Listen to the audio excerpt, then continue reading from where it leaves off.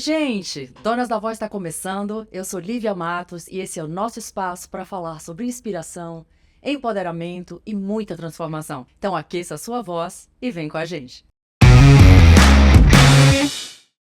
Hoje no quadro Sexo Nada Frágil, que é um quadro que eu adoro particularmente, estou com a honra de receber uma mulher inspiradora.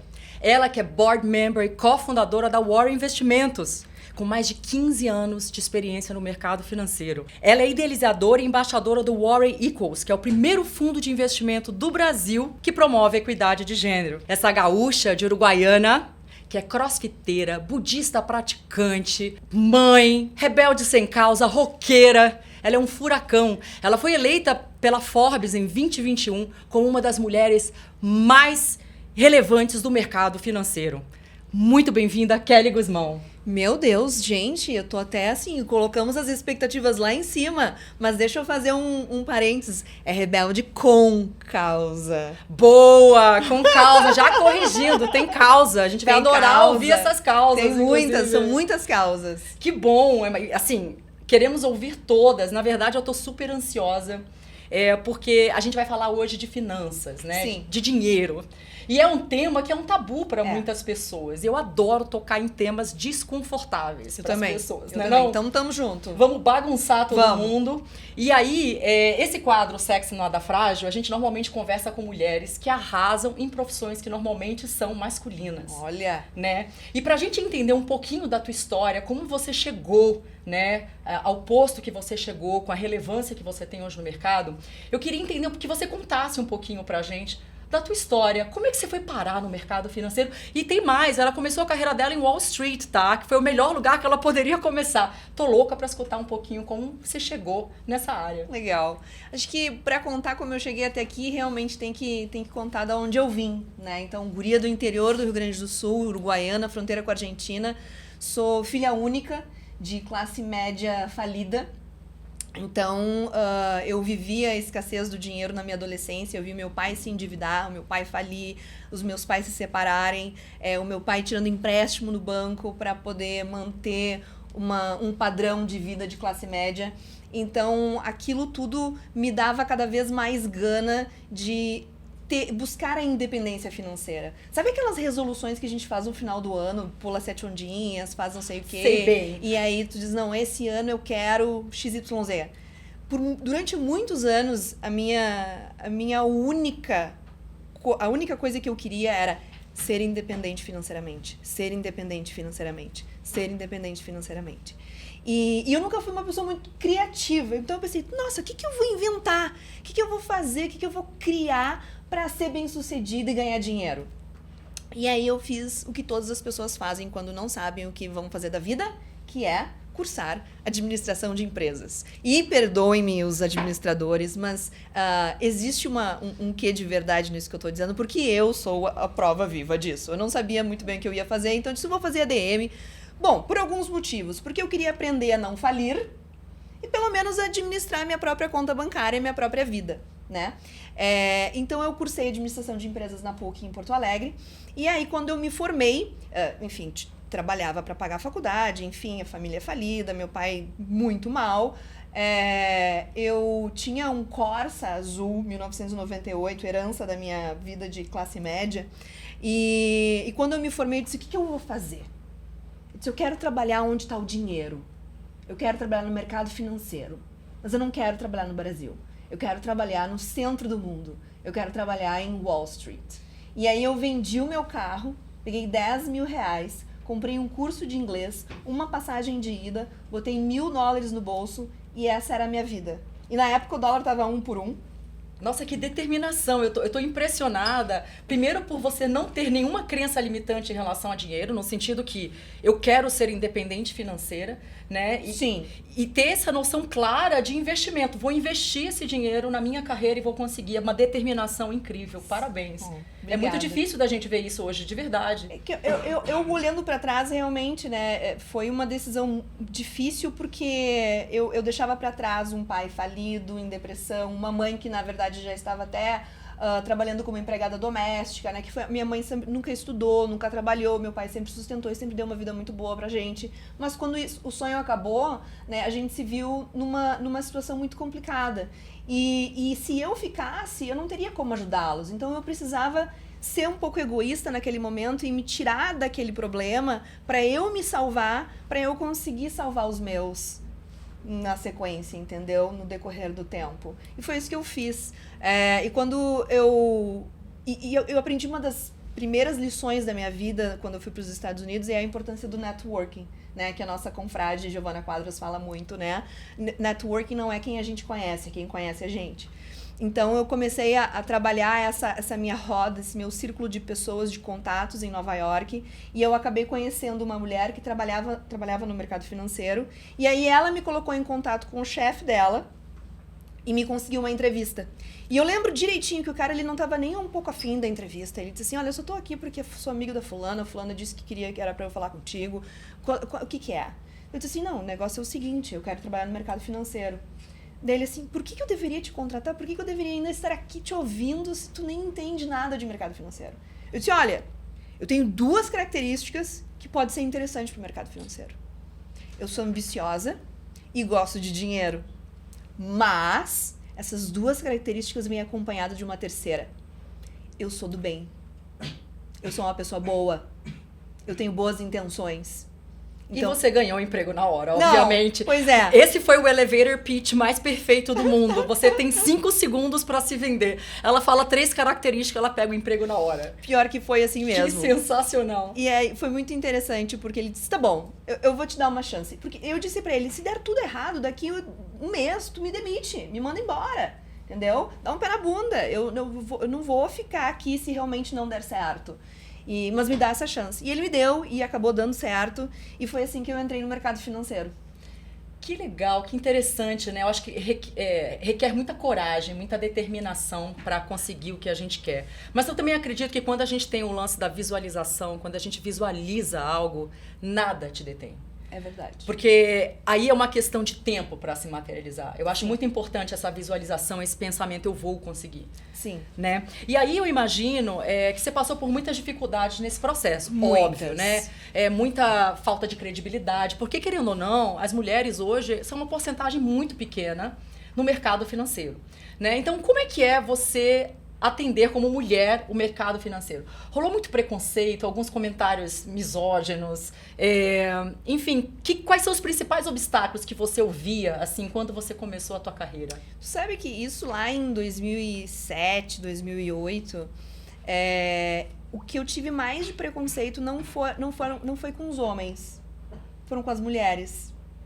Então, eu tinha 2 colegas, era uma mesa de trading majoritariamente de homens, mas tinha 2 mulheres e essas 2 mulheres infernizavam a minha vida. Elas competiam comigo e não existia a palavra sororidade e elas apostavam entre elas o dia que eu ia pedir a minha demissão. E aí, para isso, elas faziam várias pegadinhas comigo para eu não aguentar e realmente pedir, mas eu não pedi meu desligamento, elas perderam a aposta. E também teve alguns outros casos onde eu fui atender mulheres, isso um pouco mais depois, que eu já estava um tempo no mercado, eu já estava administrando carteiras de cliente e eu tinha algumas clientes mulheres e algumas me disseram que se sentiriam mais confortáveis se um homem as atendesse, porque elas achavam que talvez um homem poderia ter mais conhecimento sobre o mercado do que uma mulher, né? Então, mas assim, isso nunca me abalou. Isso, bem pelo contrário, sempre me fez... me tirou da minha zona de conforto e eu sempre busquei entender mais, saber mais, buscar mais, né? Para poder ultrapassar esses obstáculos. Você falou uma coisa muito interessante, né? Que quem te apontava mais, quem implicava mais com você eram mulheres. Sim. Porque essa é uma ideia fundamental do podcast, né? A gente criar essa rede de sororidade. E a gente entende que, em muitos casos, as primeiras a apontarem o dedo são as próprias mulheres. Não existe esse movimento de aliança, de união entre nós. E esse é um dos objetivos, inclusive, do podcast. E eu acho que é importante você trazer isso para que a gente comece a construir essa relação mesmo, de uma apoiar a outra e uma atrás a outra. não é? A gente foi estimulada a competir umas Sim. com as outras, seja por corpo, seja por inteligência, seja por trabalho. As mulheres acabam competindo com elas mesmas porque elas foram estimuladas pela própria sociedade a ter essa concorrência entre nós. E é isso que eu inclusive, busco como propósito, é a gente começar a se olhar com um olhar de amor, né? A gente começar a se olhar com um olhar diferente. Sim, mas tu sabe que não dá pra generalizar, né? Apesar da gente ainda ter essa concorrência, ainda hoje mais mínima, acho que a gente mudou, nós evoluímos muito enquanto mulheres e a palavra sororidade tá mais presente na nossa vida nos tempos atuais. Eu acho que a gente tá conseguindo enxergar agora essa aliança entre nós e eu acho que a gente tá no caminho certo. Acho que já esteve pior. Com certeza. E a ideia é que a gente fique cada vez melhor, mais unida e que as próximas gerações elas venham muito mais empoderadas, com uma situação de muito mais igualdade de oportunidade. Nós estamos fazendo esse caminho para as próximas gerações, né? A gente está aqui fazendo esse movimento para que elas encontrem um caminho ainda mais fácil e tranquilo do que nós encontramos, assim como as nossas antecessoras fizeram por nós, né? Com certeza. E aí, olhando assim, se você pudesse tirar um aprendizado, eu sei que foram muitos, mas qual um aprendizado que você gostaria de compartilhar com a gente que você teve de Wall Street, dessa tua experiência lá fora? Eu tenho um aprendizado muito pontual. E para isso eu vou ter que contar o episódio. Foi um dos primeiros happy hours que eu fui no mercado financeiro. Um colega de trabalho chegou para mim e me perguntou qual era o meu preço. E eu falei, de que trade você está falando? De que operação você está falando? Ele disse, não, quanto custa para dormir contigo? E eu disse, como assim? Com licença? Da onde você tirou isso? Ele disse, então, deixa eu te explicar uma coisa. No mercado financeiro é assim, todo mundo tem um preço. Então, se você quer ser bem sucedido, é melhor você começar a pensar no seu.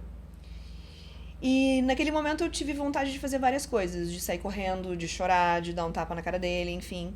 Mas naquele mesmo momento eu tive uma reflexão, tive um momento de muita luz e foi um dos grandes aprendizados que eu tive. Que a gente não controla o que os outros falam e fazem pra gente. A gente só controla como a gente reage. E aí eu decidi tocar no ombro dele e dizer, muito obrigada por essa informação, eu vou trabalhar todos os dias pra provar que tu tá errado. Que sensacional, que bonita, que bonito compartilhar isso com tantas mulheres. E é uma verdade, né? Porque a gente acaba se estressando, entrando em depressão, sofrendo com reação dos outros. Exato. E não cabe a nós. Não cabe. Né? Então, tem coisas que a gente controla, outras não. Então, Exato. Vamos focar no que a gente consegue modificar. E aquela pessoa que estava me mandando aquela mensagem, também não é o grande culpado disso, entendeu? É todo um sistema, é todo um passado, é todo uma estrutura por trás. E ele só foi o mensageiro, então nunca mate o mensageiro, né? Então eu também comecei a aprender a trabalhar com paixão e não ficar com raiva daquela pessoa, né? Então quanto mais raiva a gente tiver dentro da gente, pior porque daí a gente muda a nossa frequência energética e a gente só vai atrair coisas que a gente não quer. Então eu sou uma pessoa super de energias, de cristais, e mantras, e incensos, sou budista e acredito em 1000 coisas, acredito até em ET. Então... Até porque a raiva é uma punição emocional que a gente dá a nós mesmos pelo comportamento de outras pessoas. A raiva, como diz o budismo, é um veneno da mente. Então a gente tem que tomar bastante cuidado e ser vigilante da mente. Isso aí. E assim, Kelly, olhando hoje a tua trajetória, tá? Você é inspiração para muitas meninas, mulheres que estão na tua área, que são minoria, querendo ou não, e que te olham com muita admiração, né? E ser eleita, por exemplo, em 2021 pela Forbes como uma das mulheres, né, mais relevantes do mercado financeiro. O que hoje, você olhando a tua trajetória, o que isso significa para você? Como você vê isso? Eu acho isso interessante e na verdade, uma super de uma responsabilidade.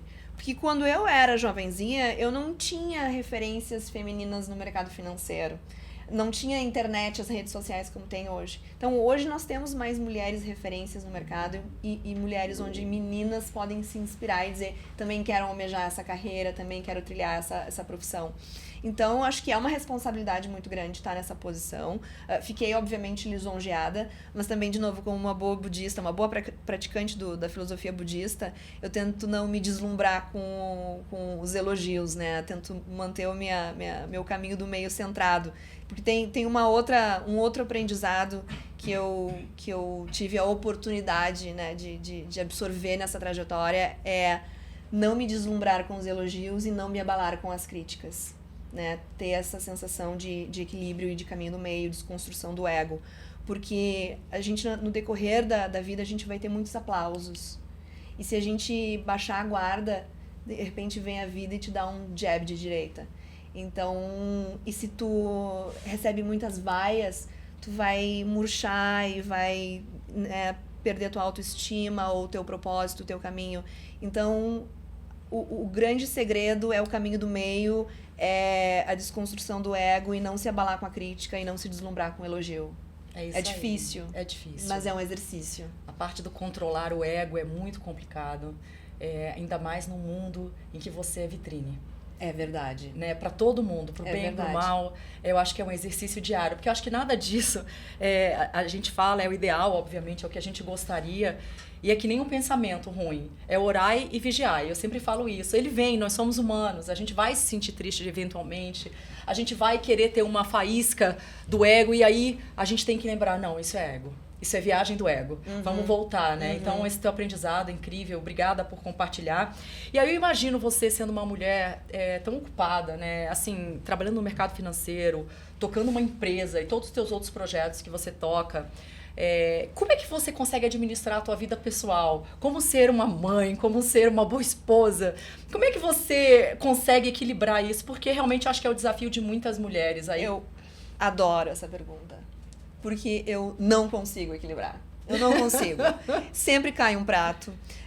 Sempre fico devendo alguma coisa. Sempre fico com um saldo negativo em alguma área, algum setor. Essa história de ser a Mulher Maravilha que dá conta de tudo não existe. E às vezes eu falho como mãe, às vezes eu falho como empresária, às vezes eu falho como mulher. Mas são essas falhas que vão nos fortalecer e fazer com que a gente cresça e aprenda. Mas eu tento não me cobrar mais de dar conta de tudo. Eu acho que tem momentos que a gente tem que focar em certas áreas mais do que outras. E, de novo, sempre em busca do equilíbrio. Mas não existe esse mundo perfeito, essa receita de bolo onde a gente consegue dar conta de tudo. E a gente tem essa sensação, às vezes, de culpa, né? Tipo, perdi o sábado especial na escola dos meus filhos algumas semanas atrás porque eu tava viajando, né? A trabalho. Fiquei chateada, mas não adianta, eu não consigo estar em todos os lugares ao mesmo tempo. Claro. E assim vai indo. Eu acho que essa é uma culpa que a grande parte das mulheres sentem, né? Acho que a vida da mulher é se culpar por alguma coisa. E eu fico muito feliz de você compartilhar isso, porque essa é a vida real. Né? A vida real, a gente tem problemas para balancear, para equilibrar todos os nossos afazeres. A gente tem que trabalhar, tem que ser profissional, tem que ser esposa, tem que ser dona de casa, tem que ser mãe. Né? E, eventualmente, as petecas não têm como estar todas equilibradas ao mesmo tempo. Os pratos não se equilibram ao mesmo tempo. Então, é importante você mostrar a vida real. É um desafio para todas nós e todas nós estamos lutando para que isso consiga acontecer, eventualmente. Então, não se sinta culpada. Você que está assistindo, essa é a vida real. Você é absolutamente normal, né? Por estar nesse processo de equilíbrio. E aí vamos entrar num tema que eu adoro particularmente, porque eu acho que quando a gente fala de finanças, a gente fala de dinheiro, a gente está cercado de crenças limitantes. Eu acho que a gente nasce, são gerações falando negativamente, pejorativamente sobre dinheiro. Né? Dinheiro não dá em árvore, dinheiro é sujo. Eu nunca vou ficar rico. Ou então, associa o dinheiro até a comportamentos imorais, ou a falta de felicidade, né? Então, a grande parte das pessoas, inclusive, pensa dessa forma. Sim. Né? E eu, por outro lado, eu falo, eu gosto de dinheiro, e eu acho que quando o dinheiro é fruto do teu trabalho, é honesto, ele tem que vir, o mundo é abundante, o universo, a natureza é abundante, ele faz parte da nossa sobrevivência. né? Então, eu queria falar um pouquinho com você, inclusive essas crenças limitantes, as mulheres são condicionadas a aceitar salários e cargos mais baixos, o que estimula, inclusive, aquele pensamento de escassez, né? Que eu não vou ser rica, não vou ficar rica. Como é que você acha hoje que deve ser essa relação com o dinheiro? Bom, eu acho que tem um ditado que é verdadeiro, tá? Dê dinheiro e poder para alguém e conheça o verdadeiro caráter dessa pessoa. Isso daí eu acho que a questão é como a gente, enquanto ser, lida com o dinheiro e como que a gente lida com o poder e com todas essas questões. Agora, essa questão das crenças limitantes, realmente, a gente tem que quebrar elas, rasgar em picadinhos e botar no lixo. E realmente se desbravar e se permitir. Porque o que é felicidade? Ai, dinheiro não compra felicidade. O que é felicidade? Felicidade não é linear e não é constante. Felicidade são momentos, são situações, tá? E o dinheiro pode comprar certos momentos e situações. Por exemplo, uma viagem, por exemplo, uma casa confortável, um carro, um celular, comida, enfim, diversão. Então, assim, esses pequenos momentos de felicidade são comprados são viabilizados através da grana. Então, para a gente conseguir realmente ter uma frequência positiva e lidar de uma forma inteligente com a grana, a gente precisa parar de pensar que dinheiro não traz felicidade, porque traz sim. Tem uma frase do Pai Rico, Pai Pobre, que é mais ou menos, que fala um pouco do que tu falaste, que fala assim, que dinheiro pode não ser a coisa mais importante do mundo, mas ele impacta tudo que é. Ele impacta a tua educação, ele impacta a forma como você come, ele impacta o teu entretenimento, a forma como você cuida da sua saúde, da sua família. Então, ele pode não ser a mais importante, mas ele vai impactar tudo que é. Né? Então, é importante você ver sobre esse prisma, né, e entender que não é uma coisa ruim e que os infortúnios da vida, eles estão associados a pessoas e não à condição financeira, né? Não é porque é rico ou porque é pobre que ele vai sofrer, que ele vai brigar com o pai, que ele vai ter uma doença. Isso não está associado ao teu poder aquisitivo, né? E sim às situações da vida. E para nós mulheres isso é ainda mais importante porque esse é o grande significado da palavra liberdade.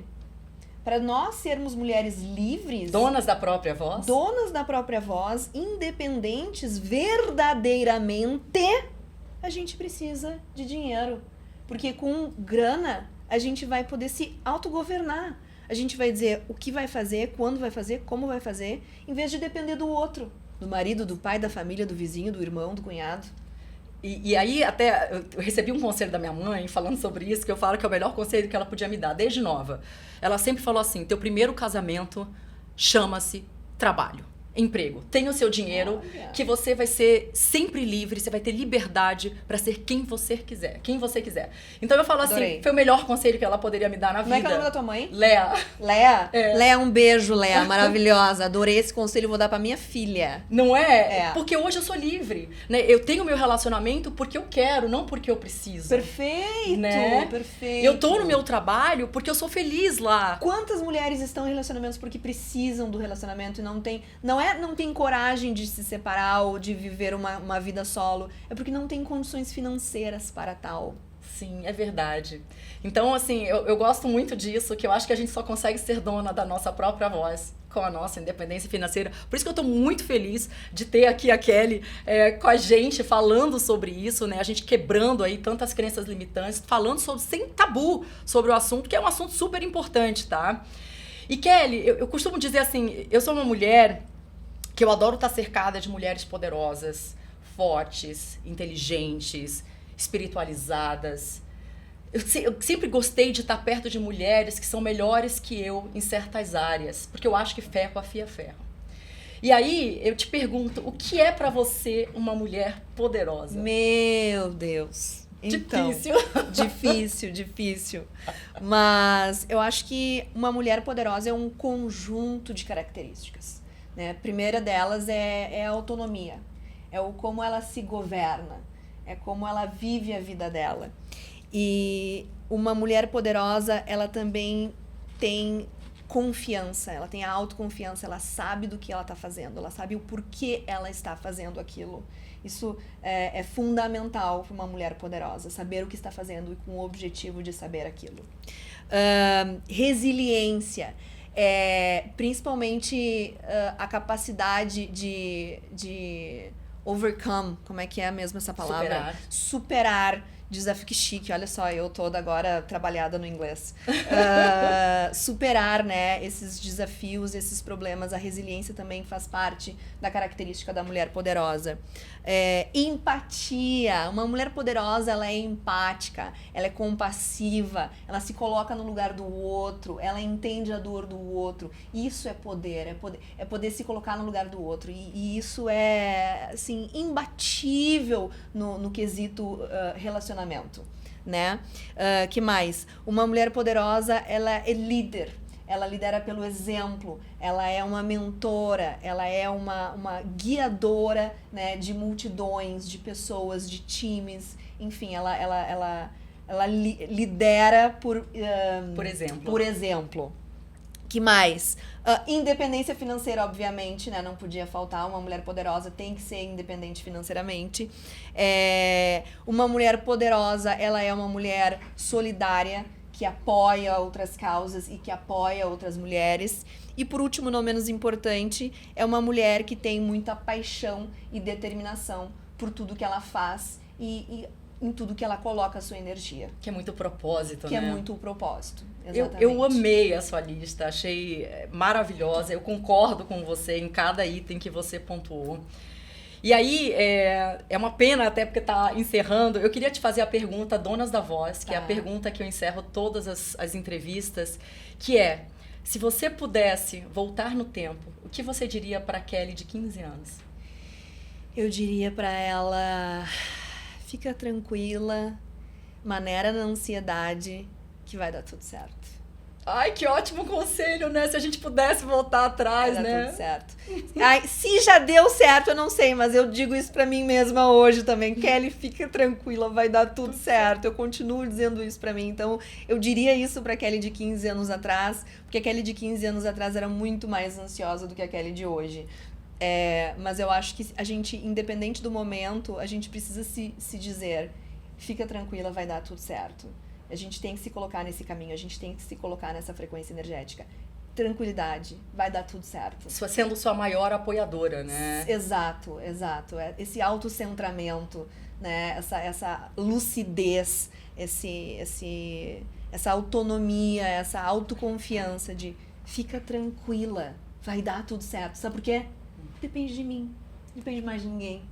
Então eu tenho que fazer dar certo e eu vou fazer dar certo. Então fica tranquila. Kelly Guzmão. É isso aí, que prazer. Muito obrigada, eu tô honrada com a tua presença. Obrigada, eu adorei, foi muito gostoso esse papo. E aqui a gente fica com mais um quadro Sexo Nada Frágil.